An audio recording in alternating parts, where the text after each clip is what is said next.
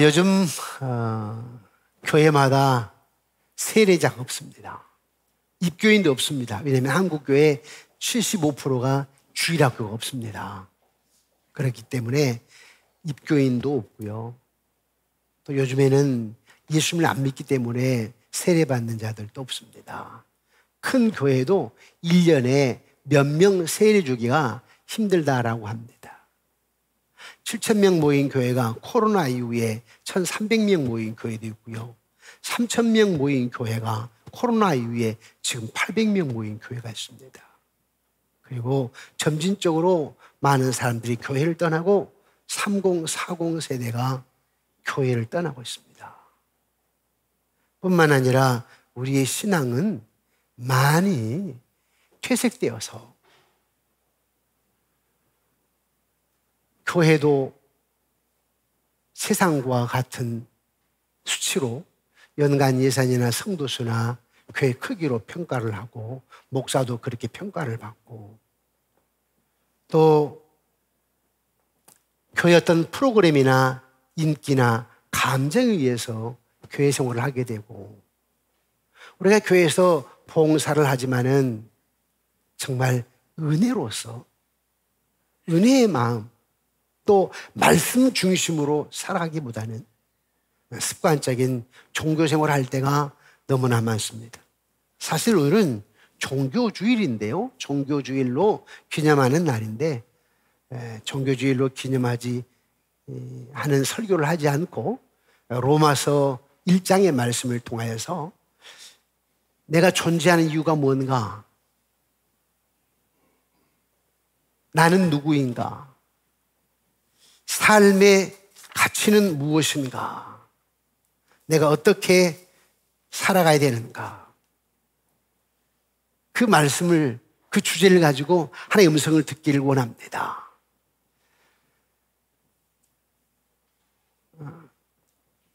어느 날 염세주의 철학자 아더 쇼펜하우어가 다소 초췌하고 흐트러진 모습으로 프랑크푸르트 티어가르텔 공원에 앉아 있었습니다.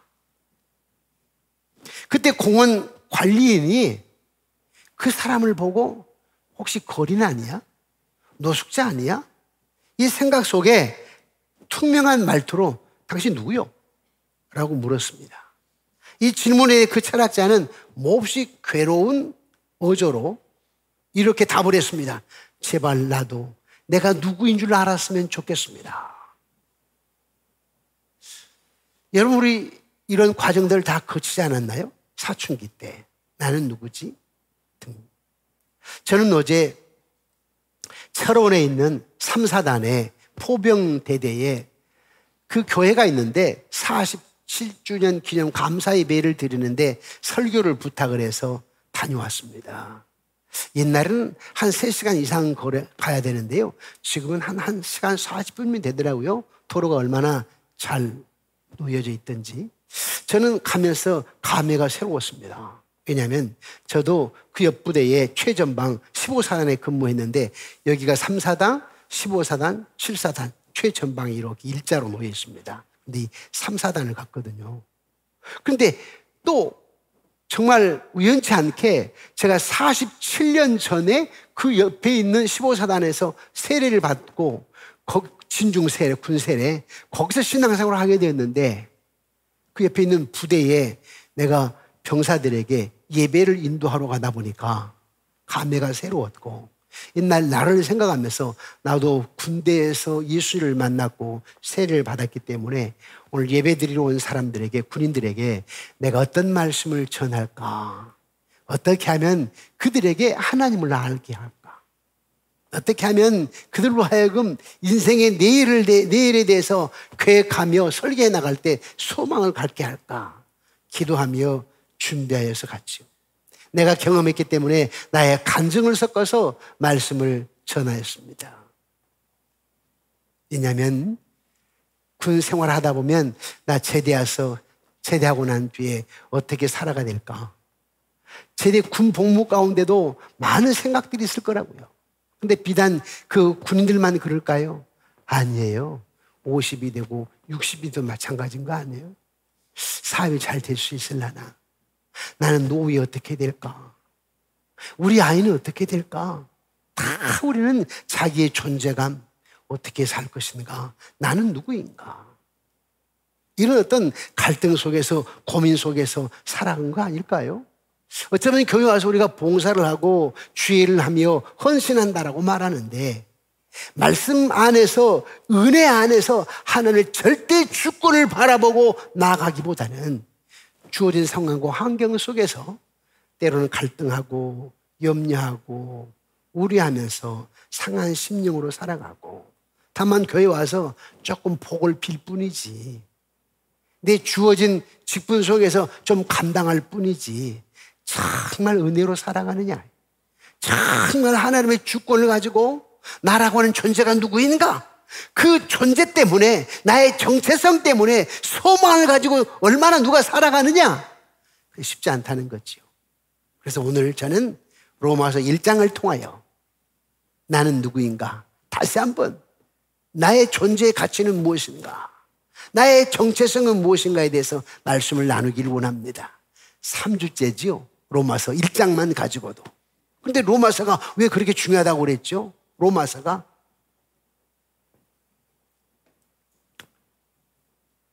대영 제국의 박물관장이 온 세계를 다 준다고 해도 이 대영 제국의 박물관하고 바꿀 수가 없다. 하지만 바울이 친필로 쓴 로마서 한 페이지만 가져온다 할지라도 난 이 대영 제국의 박물관과 바꿀 수 있겠다, 바꿔주겠다. 그만큼 중요하다고 그랬죠, 로마서가. 그런데 이 로마서 1장부터 보니까 1장을 우리가 잘 알아야 됩니다. 바울은 로마서 1장 1절에서 자기의 정체성, 존재 이유에 대해서 얘기를 하고 있습니다. 오늘 우리는 바울의 자기의 정체성, 자기의 존재 이유를 살펴보면서, 그럼 나의 존재 이유는 무엇인가, 나의 삶의 가치는 무엇인가, 내가 어떻게 살아가야 될 것인가, 그 방향을, 방법을 함께 나누의 은혜를 나누는 귀한 시간이 되어지기를 주님의 이름으로 축복합니다.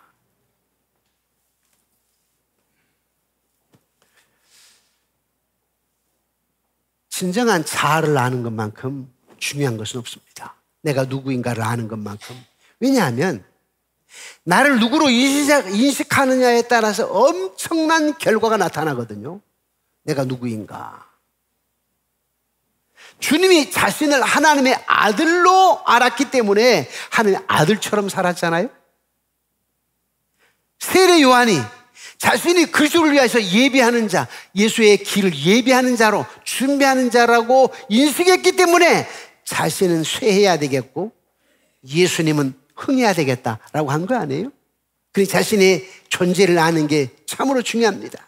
그렇다면 바울은 자기 자신의 존재를, 자기 인식을 어떻게 했을까? 로마서 1장 1절을 보니까, 우리 다시 한번 1절을 보실까요? 1절을 시작. 예수 그리스도의 종 바울은 사도로 부르심을 받아 하나님의 복음을 위하여 택정함을 입었으니, 이 짧은 한 절에, 로마서 1장 1절에 바울의 자기 인식을 얘기하고 있습니다. 바울의 자기 인식이 세 가지인데, 첫 번째, 바울은 자기를 어떻게 인식을 했느냐? 나는 종이다. 누구의 종이요? 하나님의 종이다. 자기를 예수의 종으로 인식했습니다. 여러분, 종이란 말을 듣게 되면 어떤 이미지가 떠오르게 되죠? 속박받은 자, 자유를 박탈당한 자, 노예, 완전히 누군가에게 소유된 자. 우리가 이런 어떤 이미지를 갖지 않습니까? 그런데 바울이 그런 이미지로 자기가 그리스도의 종이라고 했을까요? 그런 부정적인 이미지로 그리스도의 종이라고 했을까요? 아닙니다. 주인이 누구냐에 따라서 종의 신분이 아주 달라집니다. 주인이 누구냐, 어떤 주인의 종이냐에 따라서 아주 달라져요. 특히 지체 높은 귀족의 종이 되었을 때는 어떤 자유인보다도 어깨를 높이며 프라이드를 가지고 있었습니다.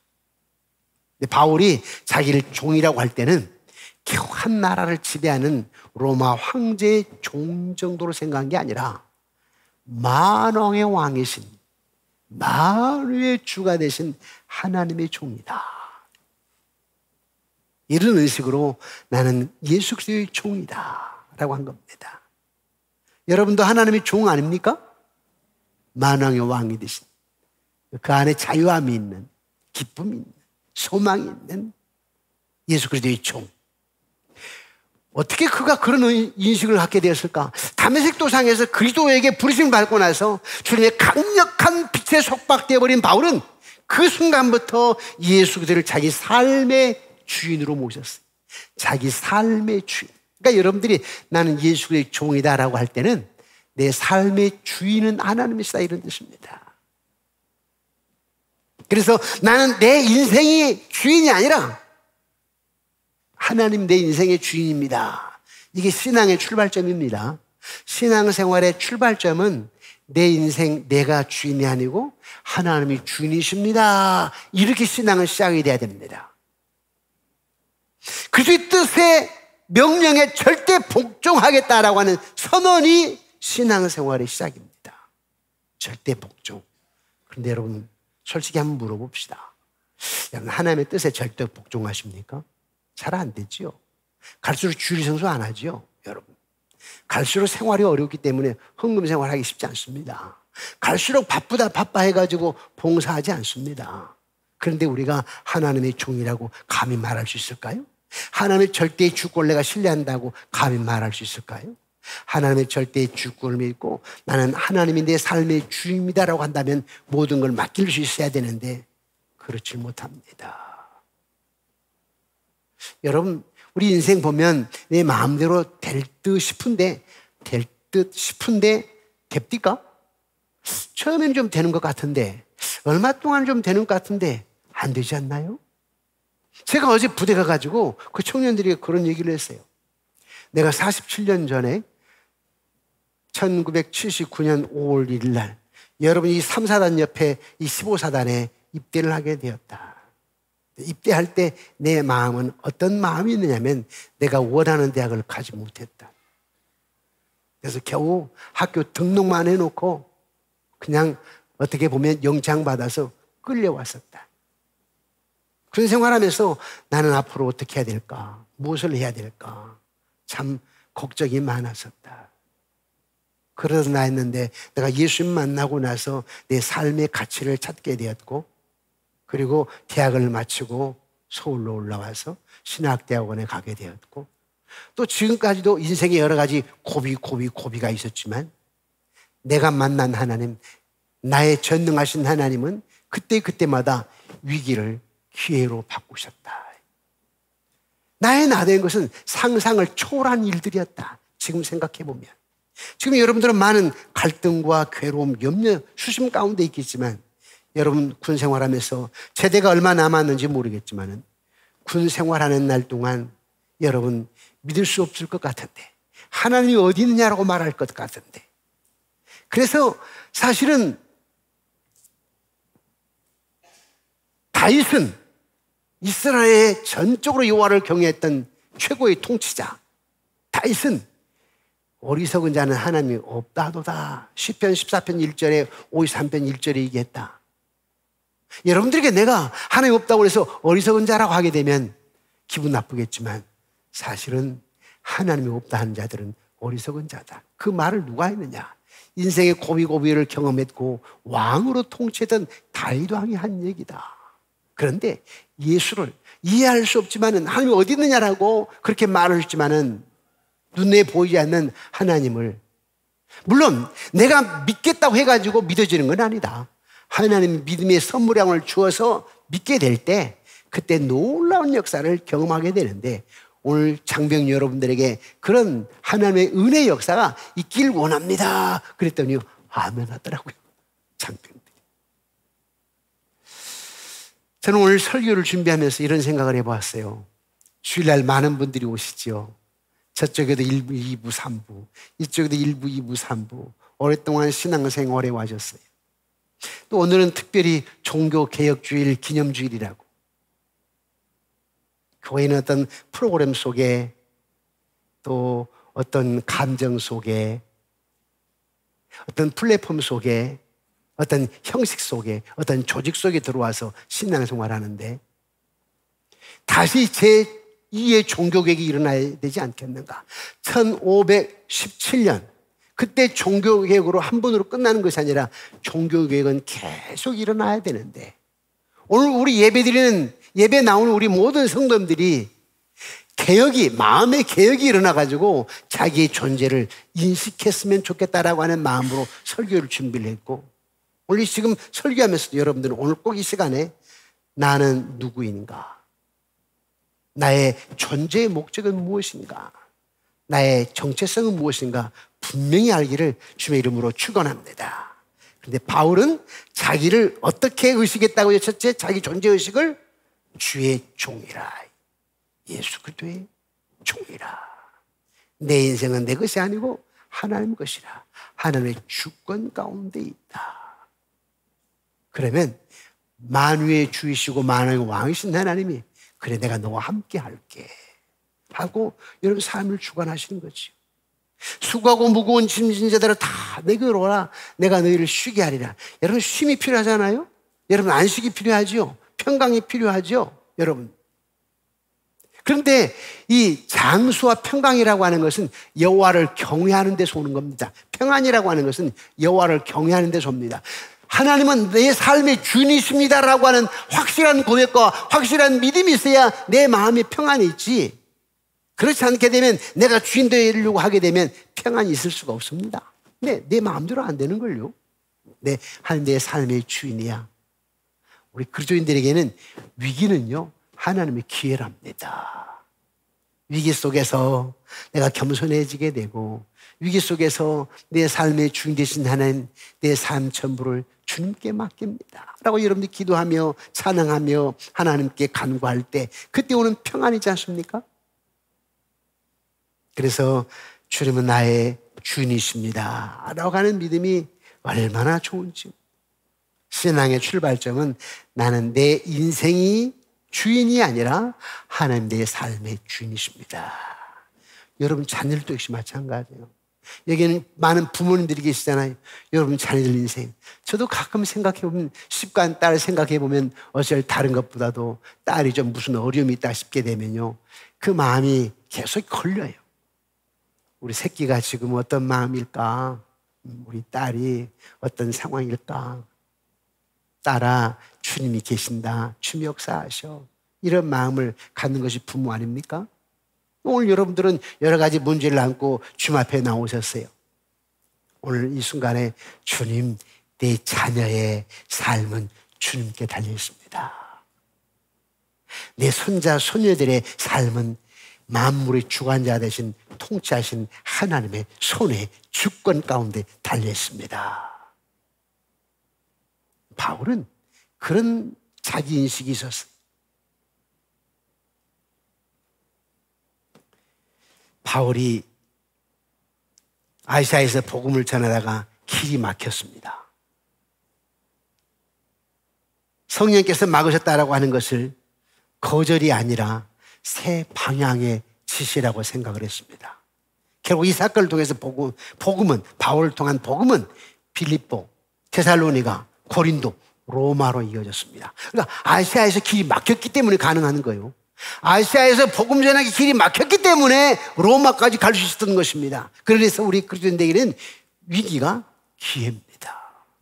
더 놀라운 여호와 역사를 경험할 수 있는 기회입니다. 하나님의 막으시는 길은 닫힌 문이 아니에요.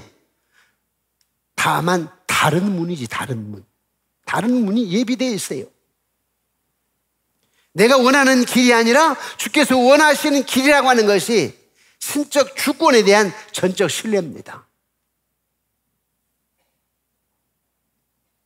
바울은 나는 주의 종이다 라고 하는 자기 인식은 자기 포기와 주권 신뢰, 사랑의 복종, 사명의 헌신을 함께 담고 있는 선언입니다. 나는 주의 종이다. 이 말 한마디로 바울의 삶 전체가 설명되어 있습니다. 그는 자신을 주인이 아니라 복음을 위해 완전히 헌신된 사람으로 살았습니다. 사랑하는 여러분, 여러분도 나는 주의 종이라고 하는 정체성이 예배 생활로 그리고 헌신 생활로 나타나기를 다시 한번 주님의 이름으로 축원합니다. 바울의 자기 인식 두 번째는 뭐냐? 나는 사도라. 뭐라고요? 사도라.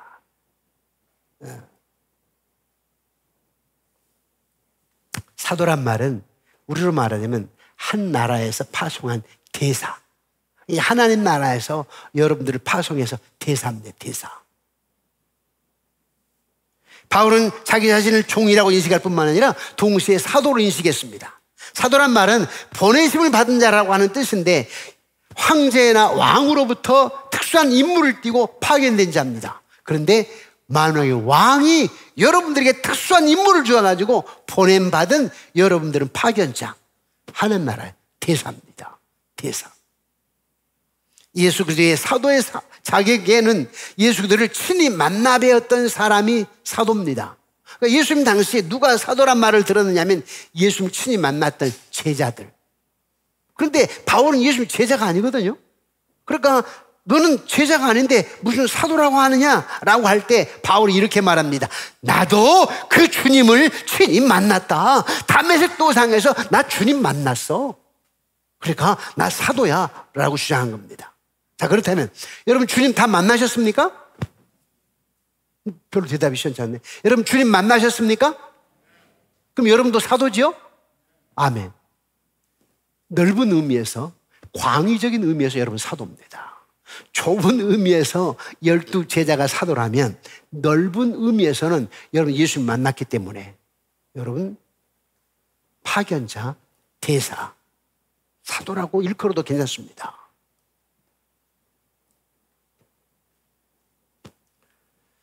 좁은 의미에서는 예수님의 12 제자 같은 분만 사도라고 할 수 있겠지만 넓은 의미에서 본다면 주님의 부르심을 받은 저와 여러분 모두는 사도입니다.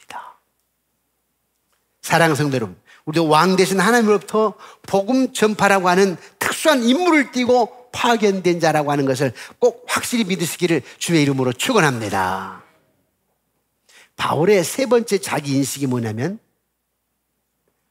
복음을 위하여 택정을 입은 자라. 세 번째 인식이 뭐라고요? 복음을 위하여 택정함을 입은 자다. 사도는 왕 되신 하나님으로부터 임무를 받고 보내심을 받은 자인데 그 임무가 뭐냐니까 복음 전하는 겁니다. 여러분의 임무가 뭐냐면 복음 전하는 거예요. 여러분의 존재의 목적이 뭐냐면 복음 전하는 겁니다. 제가 그 병사들에게 이런 얘기를 했죠. 나는 요즘 택시 타는 것을 상당히 즐거움으로 여기고 있다. 이유는 뭐냐면 차를 몰고 갈 수 있고 누가 대신 운전할 수도 있겠지만 가능하면 먼 거리는 내가 KTX나 SRT를 타고 간다. 이유는 내려서 택시를 타가지고 택시 기사에게 복음을 전하기 위함이다.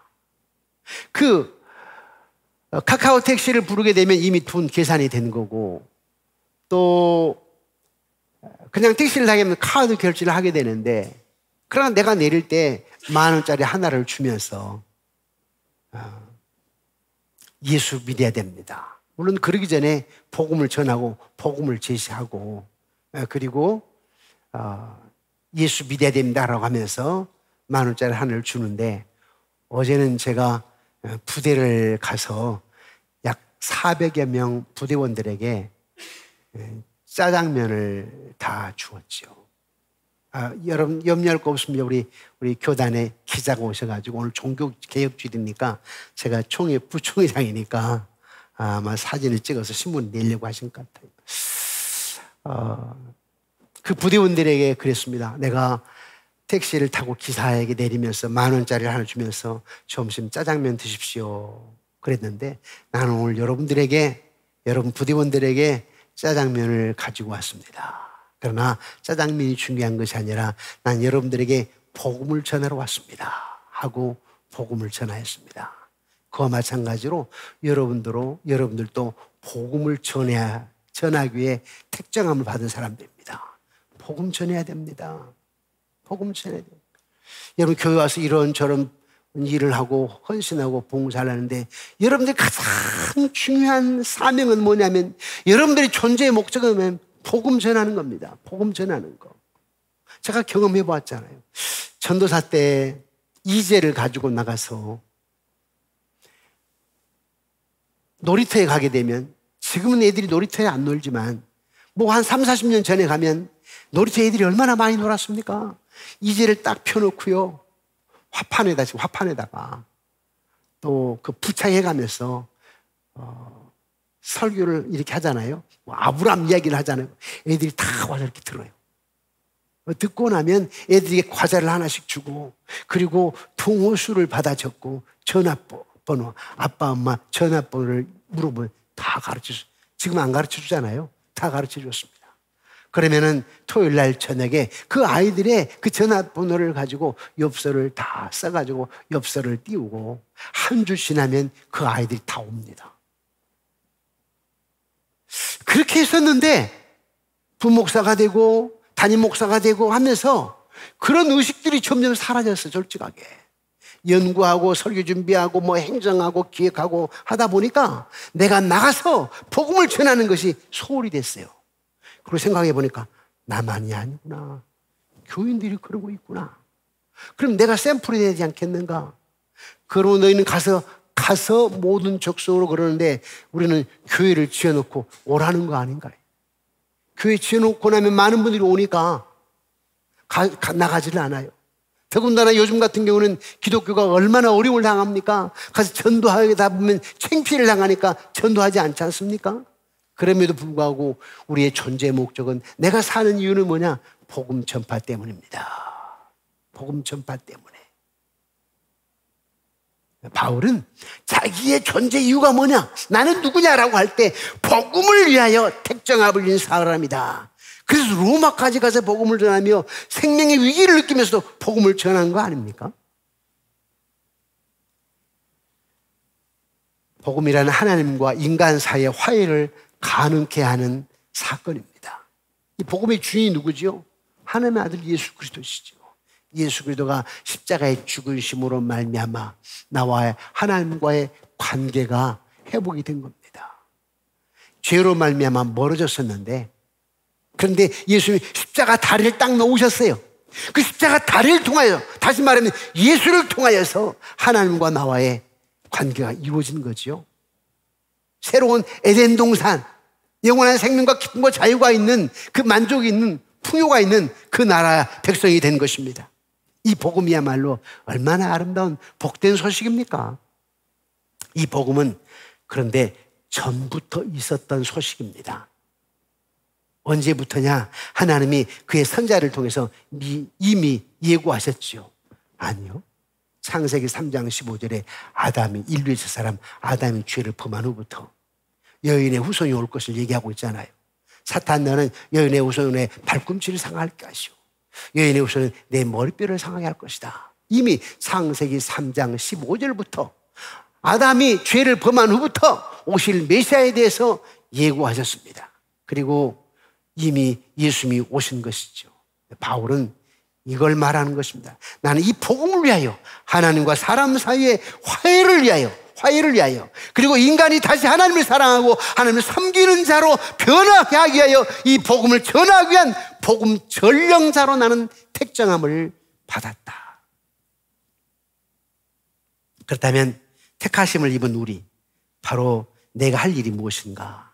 사랑하는 성도 여러분, 주의 종이라면, 주께로부터 보내심을 받는 자라면 복음을 위하여 택정함을 입었다라고 생각한다면 우리가 어떻게 살아야 될 것인가?